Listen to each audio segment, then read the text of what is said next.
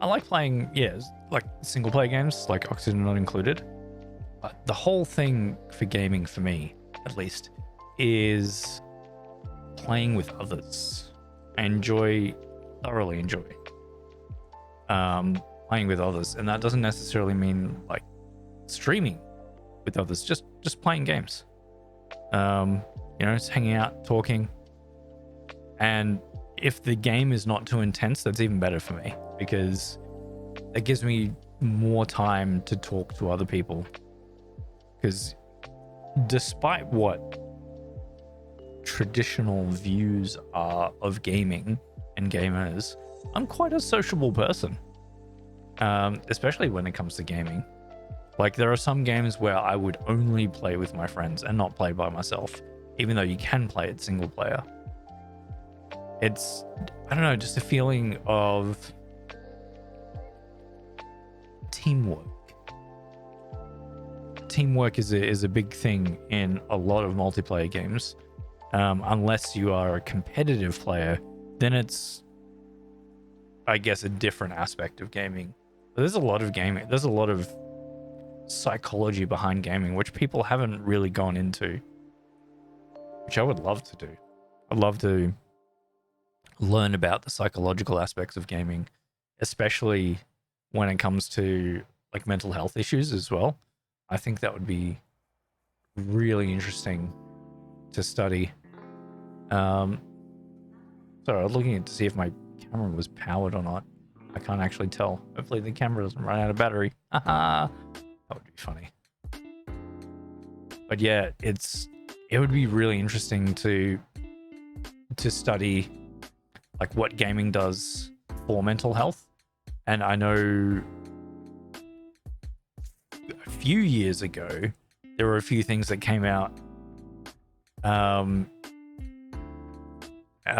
not specifically looking at mental health and the links to gaming, but there were some detrimental studies to gaming, which were that it causes, anger issues and, rage quitting and antisocial behavior and things like that, which I do not believe at all, and I don't know what they did. Yeah, it does look at the negatives, you're right. That's all that it seems to do. And I don't want to be too judgmental on that, but it seems to me, and like I do not know of any study that I have read that was actually done by people who are gamers. But I guess because you're a gamer, it would be unlikely that you would go into that field of research. It would be very unlikely, but if you would, I think it would be interesting to see a study from a gamer's point of view, and what it does, because we know the ins and outs and aspects of gaming and what it can do for sociability, mental health, creativity, problem solving, all that sort of stuff. Like, one of my first games that I ever played that I really remember was Command and Conquer, like Command and Conquer Red Alert, and the original Command and Conquer games, which is a real-time strategy game.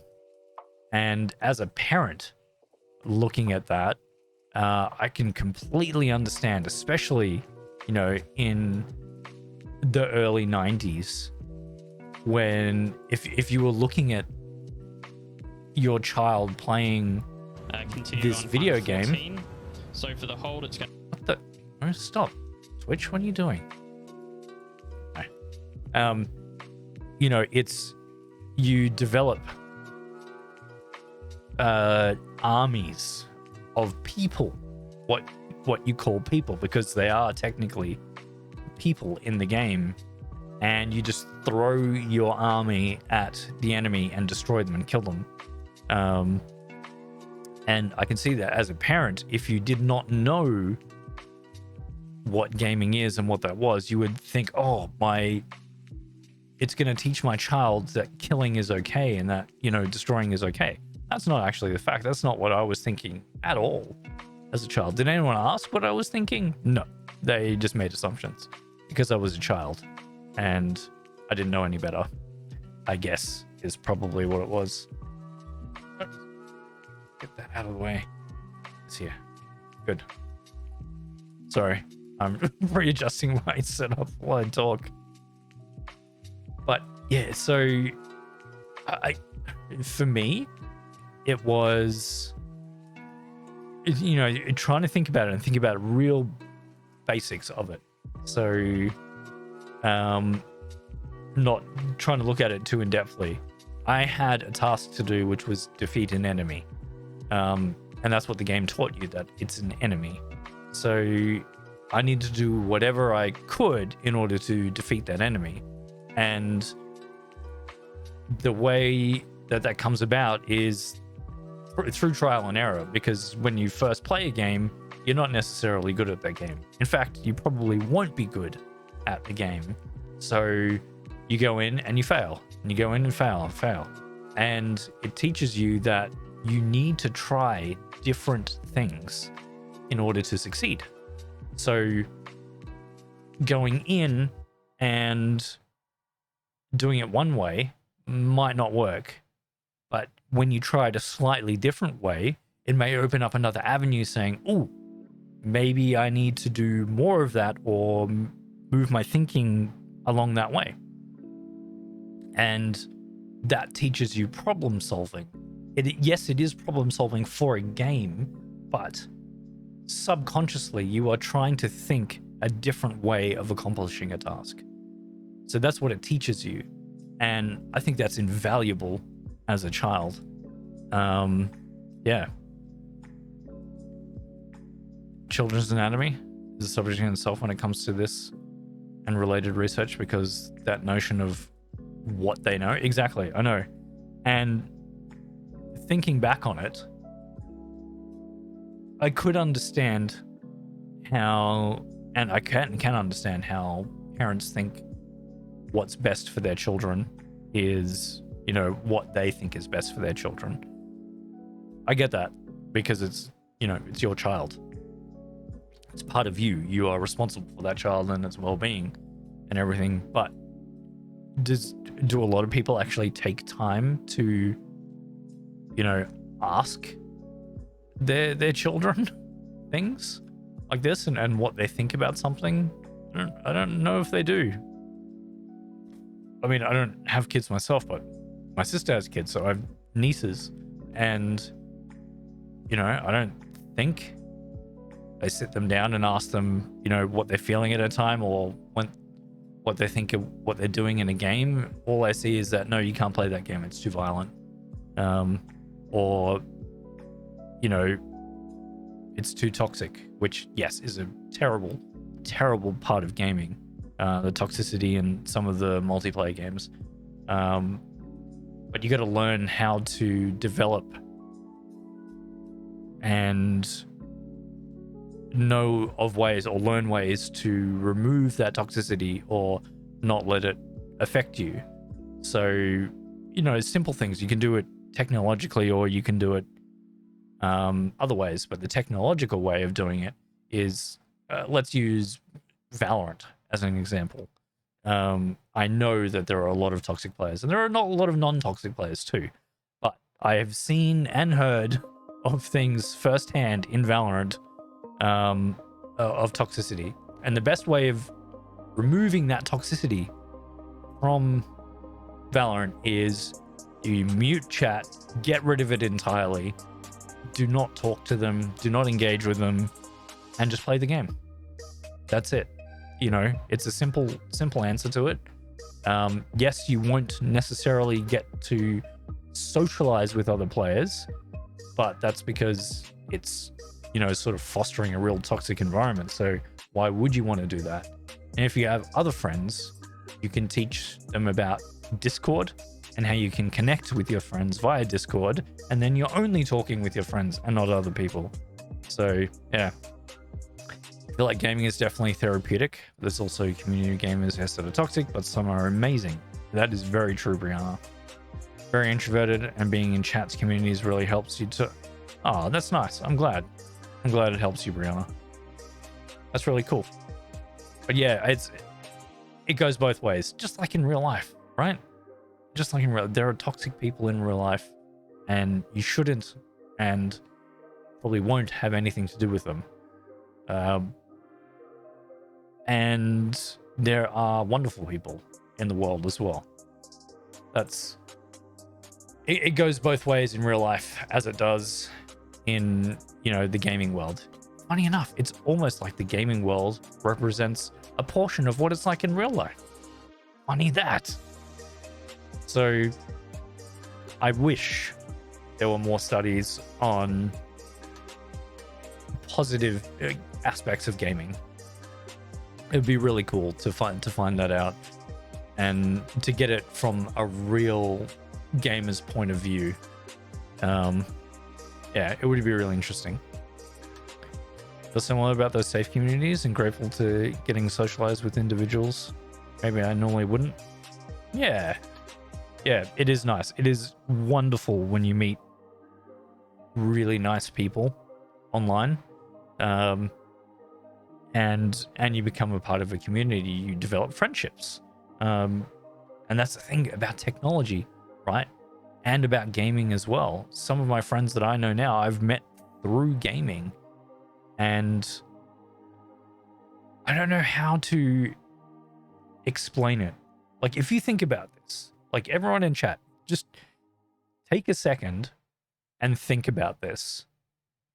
When you were a kid in school, or if you're still in school, have a think about, because I don't know how we do this consciously. I can't think of it a way. How do you make friends from when you meet people in real life? Like, let me explain what I mean. What I'm asking is that I was thinking about this the other day for some reason. When I was in school, you make friends, right? Most of the time you make friends. Sometimes you don't, which is perfectly fine too.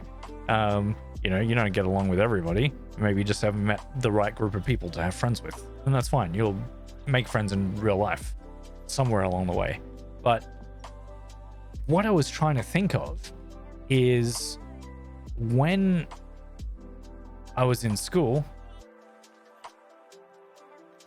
how do I know that I am going to like that person? Do we judge people, or who we're going to interact with based on what they do physically?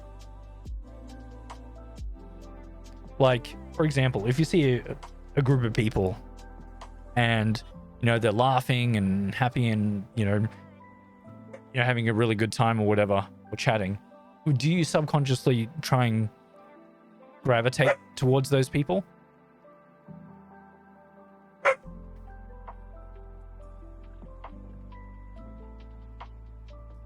Just needed a bit of a pet. There's nothing happening, Jakku. It's okay, buddy. Jakku. It's okay.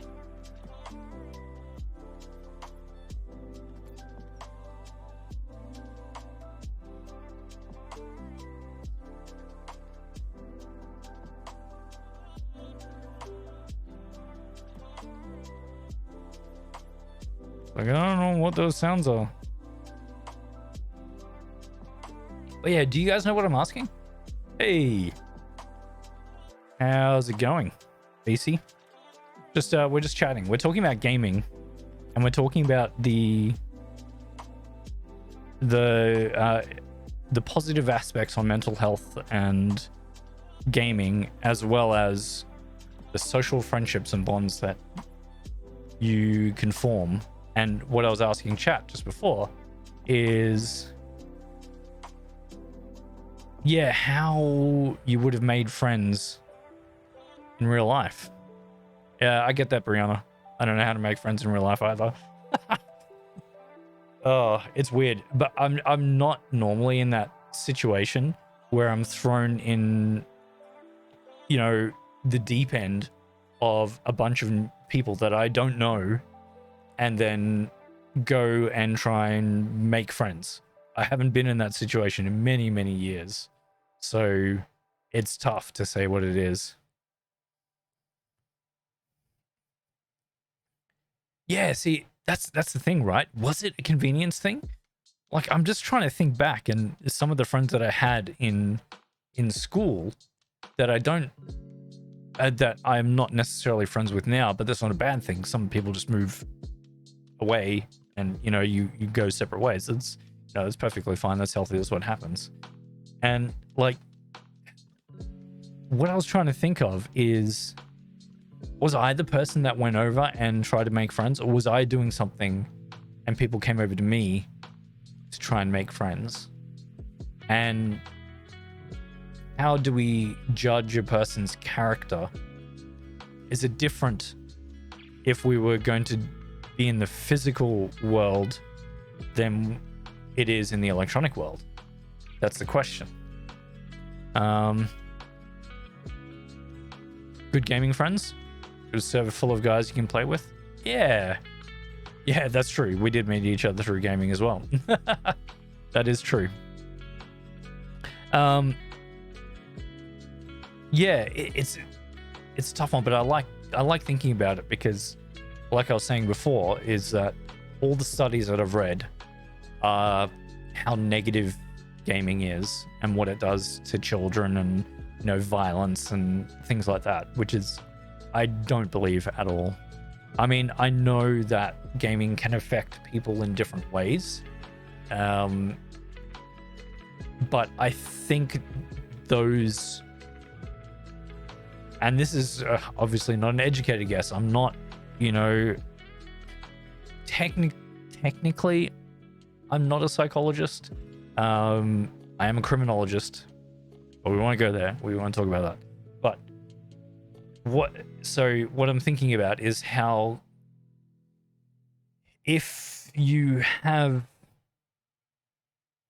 a short fuse in real life, right? Let's just give anger and rage a space at the moment. So if you had a short fuse in real life, then I know that will translate over into gaming as well. Because if you are competitive by nature and you have a short fuse, you are going to play competitive games like Valorant and things like that. All right, he's going off now. And when you play those games, if you don't get out of it what you want to get out of it, you're going to get angry, and have those feelings of rage and anger, and then you're going to get hateful inside gaming. But you're also going to do that in real life as well if you are that type of person. It may be that your social constructs in your brain are enough that when you are in real life, you hold back a little bit, just that tiny bit, because you are in a public place and you are talking with people. Hey Sal, we're getting deep on this Friday. And if you do that in real life, you probably hold back a little bit, but you can, probably get vocal and angry and things like that, which is perfectly healthy. But when you're online, there is most likely no filter, because it gives you that aspect of anonymity. And anonymity is a powerful thing to have, especially if you are in a state that is, emotional and angry at that time. And then because there is no one physically around you as a human being, when there's someone around you, you feel like you have to, be a little bit more closed off, especially with expressing yourself. So when you are online, there is no physical human being around you, most likely, unless there's someone in the room or doing whatever else in the house. But that gives you the ability to turn down that filter and just go ham, which is why I think that gaming doesn't foster these violent and toxic traits. There's no way that it would do that. It would normally bring it out if you already have it. And that's the key. That is the key, is that you are more likely to be angry online in a digital environment, and playing a game than you would be in real life, which is why there are so many studies showing the negative effects of gaming on anger and anger in children. That's my point. Sorry, I went on there for a bit. You met your best friends by awkwardly staring at them while getting breakfast at the cafeteria. Nice, that's a good way of doing it. In our block second day of moving to college, she came over and introduced herself, and we've been best friends ever since. Oh, that's lovely, Cliche. And you joke about it all the time? Nice. You think the effects of those that play because it becomes an addiction, a lot more like young people are like? Yeah, I used to be like that. Played for like 8 hours a day and was such a different person. Nowadays, gaming is a time to chill. Yep. Yeah, exactly. I get that, AC. I do. Much better to enjoy it in a moments rather than... Yeah, that's true. It is good to enjoy it sporadically. Yeah. You love deep convos? Nice. So yeah, Sal, what we're talking about is, oh my god, a lot of different things. But the studies of gaming and what gaming does to mental health and how I express my dismay at the fact that there are not enough studies, or studies that I've read, that look into the positive aspects of gaming and mental health and forming friendships and useful bonds, and what gaming can do to actually help that. Because I myself, I love playing games, not just by myself, but with others. That's there. And I was speaking before about how there are certain games that I only play with others. Like, I wouldn't play it by myself, even though you can and it gives you the capability of doing that. I still wouldn't. I would just play it with others, and I really enjoy that. When all the negatives overtake the positives. Yeah, exactly. And again, it's about... That's a whole nother tangent. But that's about media and portraying basically clickbait, right? So the news and articles and everything are going to get and publish things, do news articles on things that are controversial, that are really hard hitting, because they want people to watch and to view and to read. And everyone wants to see, because of something that they...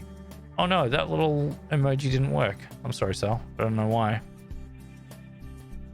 Oh no, wait, that was that was you, AC.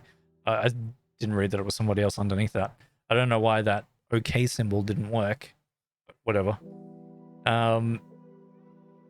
Playing games can open a world of opportunities for people, socially, economically. Yeah, exactly. Exactly, Sal. And that's what I was saying, is that,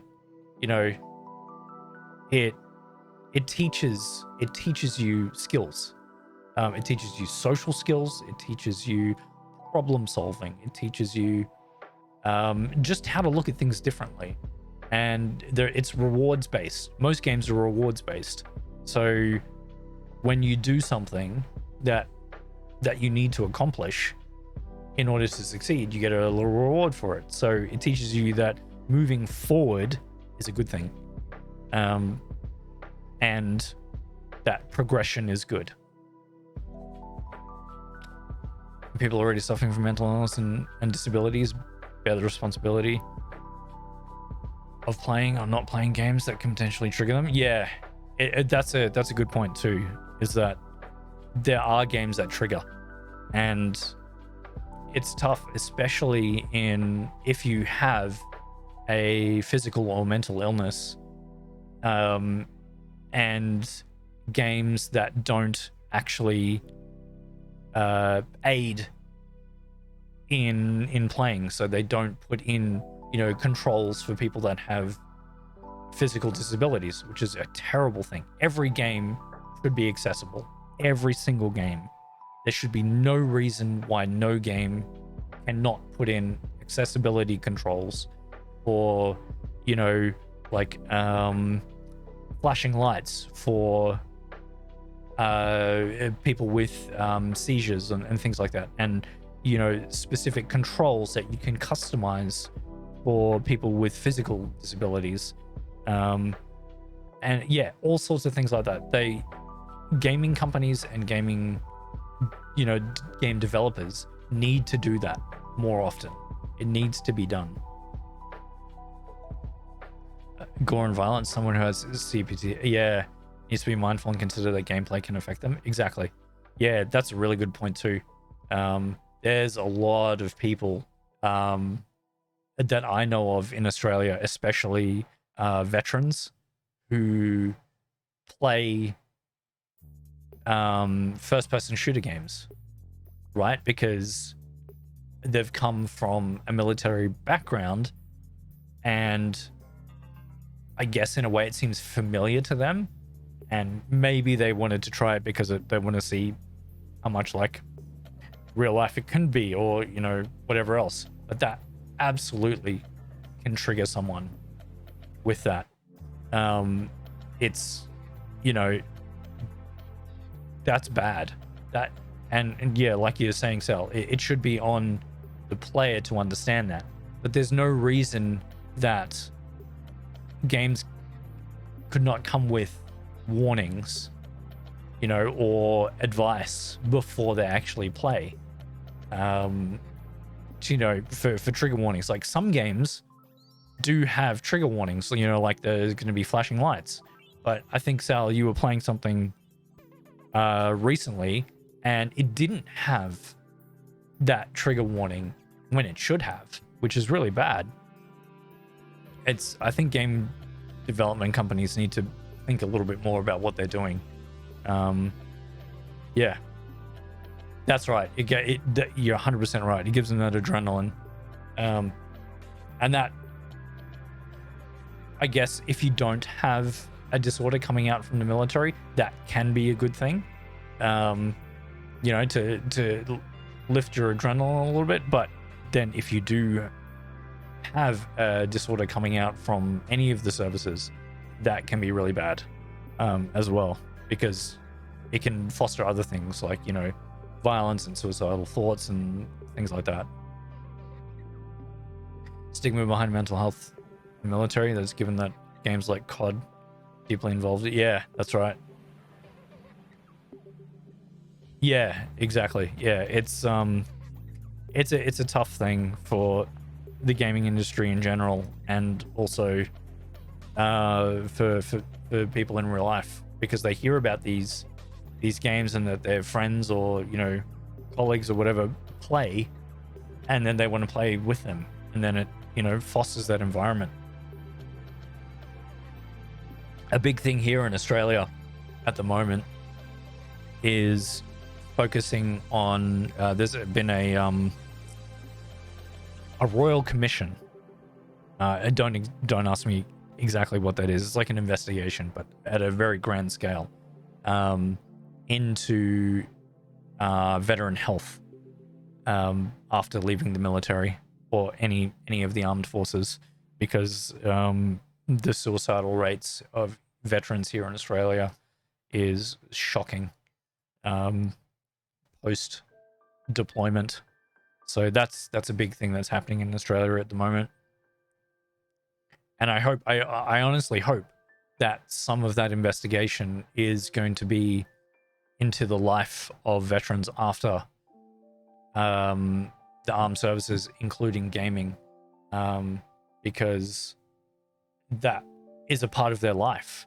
A lot of people go in and play games after they finish their armed services, and I hope that they investigate what can be done about that. I'm going to need to think about more about the market, the games, rather than just how much they can make from it. I agree, AC. Crawl the gaming industry, freemium games. Yeah, that's right. You don't want to stigmatize mental health and military and veterans. Service members often fall prey to generalizations. That's true. That's true. It's not fair to put everyone in the same bucket. Yeah. Service veterans only on paper and not actionable. Yeah. That's I think that's what it is here too, Sal. I think it's a global thing, to be honest. Is that because and think about it from their point of view, right? And again, not to generalize, not generalizing and in any way, shape, or form to people in the armed forces, but most of these people, the most of them, are recruited almost straight out of high school, right? And when you think about it, you're a kid in school. There is no way that you have developed enough mentally, any skills to know how to deal with trauma in any meaningful way, and then they go and put you in a place where you are told 100% of the time what to do every single minute of your life. And not only that, they put you through vigorous physical training as well as probably some mental training, and then they go out there and expect you to harm others for the good of your country or whatever it would be.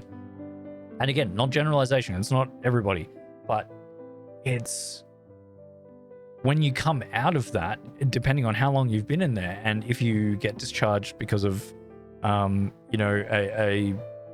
medical discharge or whatever else, you still haven't been taught how to deal with everything that has happened. You've just been told what to do your entire life, and then you have experienced trauma in one way or another, whether that's mental, physical, or both, and then you're just thrown into the real world, and it's like, what? What?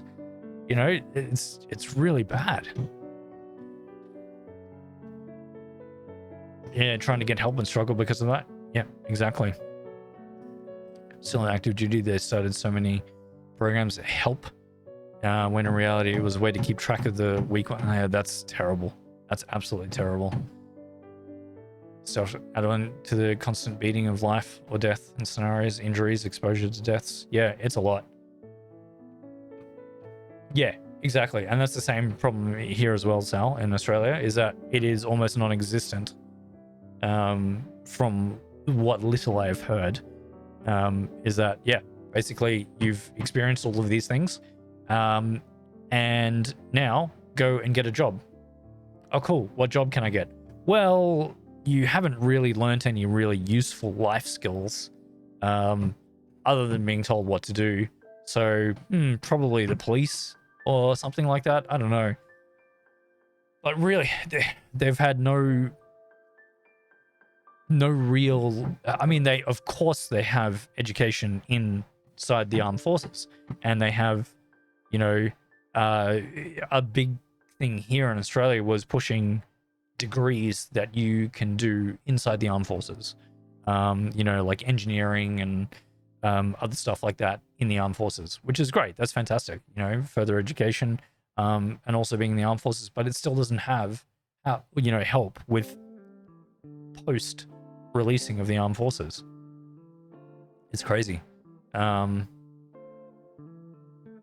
Yeah, it's insane. But anyway, sorry, that got really heavy for a bit there. But what I wanted to say was that I think there needs to be more study done into the positive effects of gaming and mental health and social relationships and stuff like that. It definitely needs to be done, and I don't know, well, I haven't read of any that have been done, and that have been done from a gamer point of view. That would be really, really good to see. And I think it would help a lot. And I think more kids would get into gaming then. I know that my nieces are now, playing games and stuff, which is really cool. And I've been trying to sort of push them onto, positive games and positive aspects of games that they're like playing. And because I know that it's going to teach them really good skills. I joined study? Yeah, that would be cool. That would be really cool. That was a big push for so many years. Steve, no, I haven't. Yeah, Able Gamers is an amazing organization. And I know he does a lot of stuff and raises a ton of money for that. Able Gamers is an amazing organization. If you guys don't know it, have a look at Able Gamers. Steven's an amazing guy and does a lot for that community. But yeah, it's cool. It's happening now. We're like on the precipice of the positive aspects of gaming and mental health and also physical health as well. So it's cool. I hope so. I hope so, Sal. And I wouldn't mind going back and studying that, but who has the time? Am I right? Nervous laughter. But yeah, it's cool.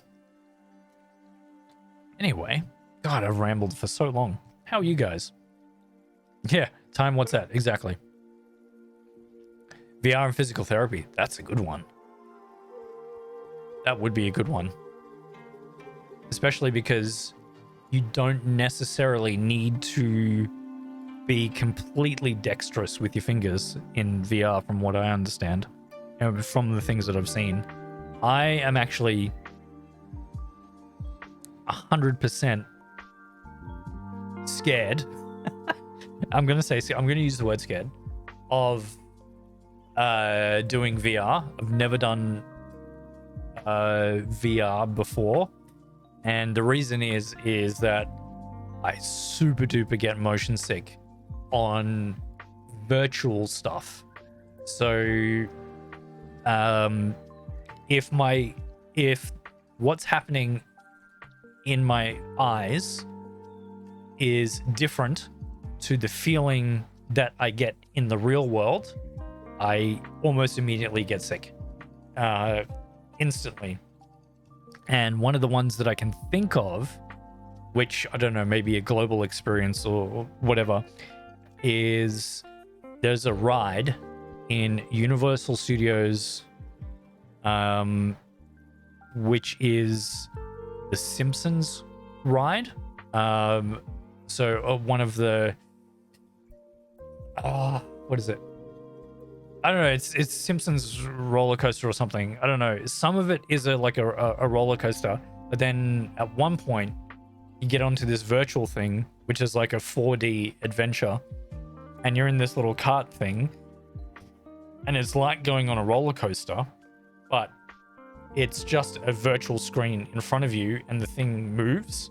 And the problem that I have with that is that my brain sees so you get the feeling of going down on the roller coaster, but because that's what you're seeing, that's what your brain sees. And I get the feeling of tilting down because that's what the thing does. It tilts down when you go down, but not the feeling of moving down. So my brain is like, that's not right. You should be moving, but you're not moving. You're just sitting still. And then my whole body just goes, oh, what's happening? And so then I have to close my eyes and go, okay, I'm just moving. It's fine. I'm just, tilting back and forth. But yeah, I get super, super sick. So I'm worried that even though I would be in control of my own VR experience and being able to move around, that I would get sick. I would love to try it in a place where I don't, where I don't have to pay for it first. Not, like I would rent it or something like that, or, pay for an experience to do it, but not if I have to buy it and then if I go, oh no, I'm gonna get sick every time, so I won't play that.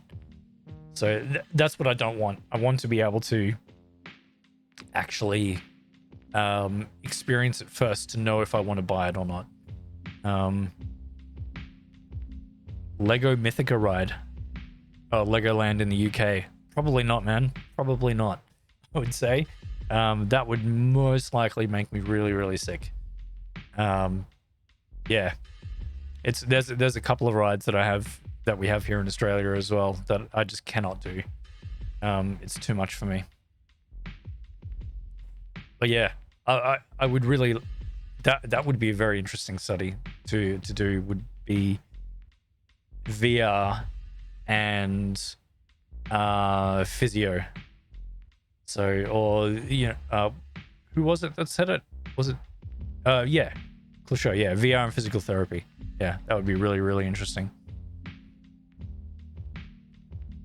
You're not a rides person, much rather. But see, the funny thing is that I'm just not a virtual rides person. I am a physical rides person. Like, give me the fastest, best loop-de-loop roller coaster. I'm in. I'm freaking in. I'm so in for that. But a virtual roller coaster, no, not doing that. Ah, okay. I'm the opposite way, Sal. I'm the opposite way. Yeah, I can do a physical roller coaster any day because the experience. Well, I won't get sick on that because the experience that I'm having is what's actually happening. That's me. I'm a little tiny bit of an adrenaline junkie, but only to the point of I wouldn't skydive.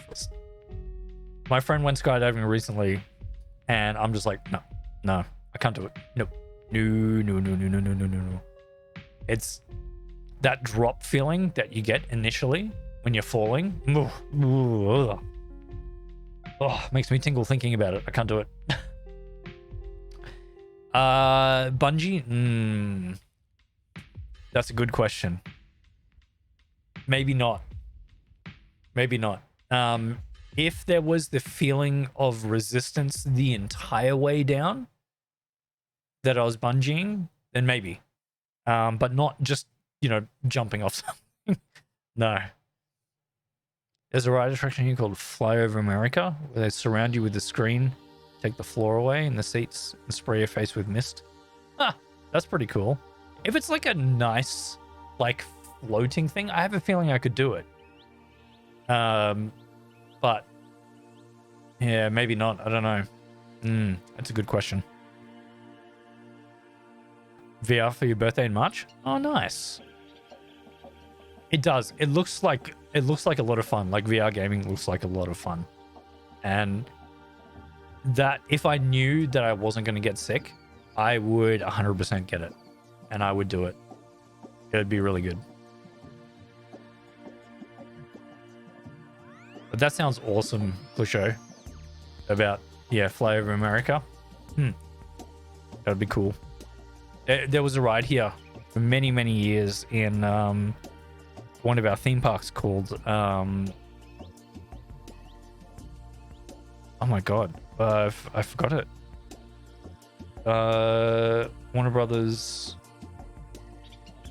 Shit. Wet n Wild. Top Golf. And then... Damn, I forgot one of the theme parks. Because I live like 20 minutes away from them. Anyway, there's one of the theme parks there that used to have lethal... it was called Lethal Weapon. It was based off the movies. The Lethal Weapon movies. Now, unfortunately, don't have it anymore. They've replaced it with another roller coaster. But it was one where you sat in a harness and in a seat. But the harness came down from the top. And your feet weren't touching anything. And then the way that the ride works is that before you go off, they take away the floor. And so you're just like dangling there, and then you just go. They just fire you off, and your legs are just dangling. You're like, ah! It's a lot of fun. That was really cool. Yeah. That was really fun. Oh, Holy crap, I've been talking for like an hour and 15 minutes. Yeah, exactly. That's exactly what I get, Clusho. My brain just can't do it. I can't separate it. For me, it's what is happening in the real world has to be happening in the real world. And if it's different from what my eyes see, then my brain goes, no, not right. You're being sick.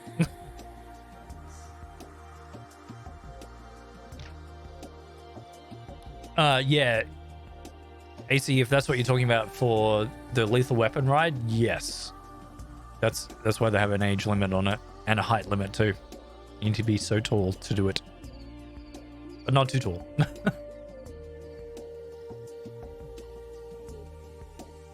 Are you saying that I'm a kid? Are you calling me a child, AC? No, I get that though. Yeah. I guess my brain never developed that way.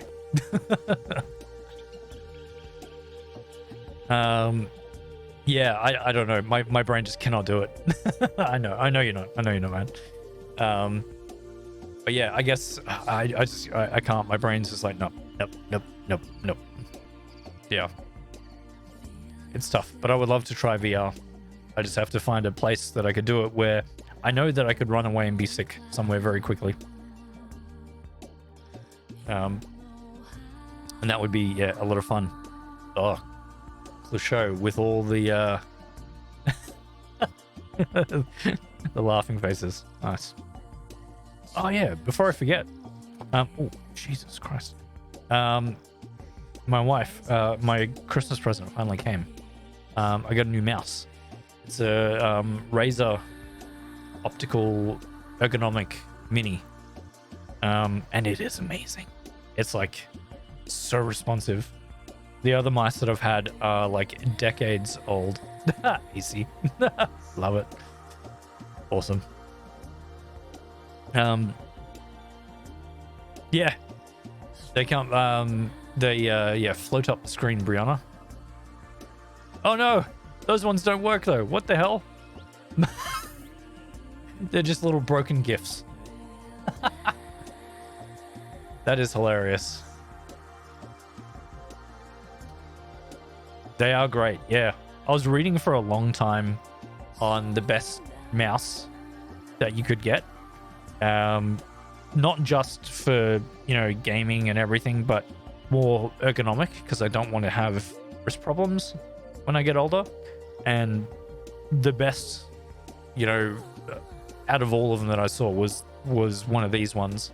And it feels amazing. Like, it fits my hand perfectly. I can access the buttons easily. Yeah. I know, right? And that's the thing. That's why I asked for it for Christmas. So that it was justified. But yeah, it's really cool. Razer Viper Mini. It's cool. It's the most responsive mouse that I've ever had before, and it feels light and easy. I hope my wife doesn't kill me for saying this, but when it came yesterday, I was like opening the box. I'm like, oh, it's so cool. Look at it. And then I went and took it out, and I showed it to her near her desk, and she grabbed it, and she's like, oh yeah, it's nice. And then just deadpan looked me in the eyes and said, but I like a heft to my mouse so that I know that I can kill a man with it. I thought that was the funniest thing I heard. Oh, it was good. Why's my nose running? But yeah, that was funny because this is really light. I can lift this just with, 2 fingers very easily. The hell is this song? I know, right, Glisho? and AC, yeah. The hell is this? Piano Santana number 2, B flat minor. Interesting. Oh wait, this is called Funeral March? No, no, no, no. Go to the next one. Visible breath. Okay, that sounds nicer.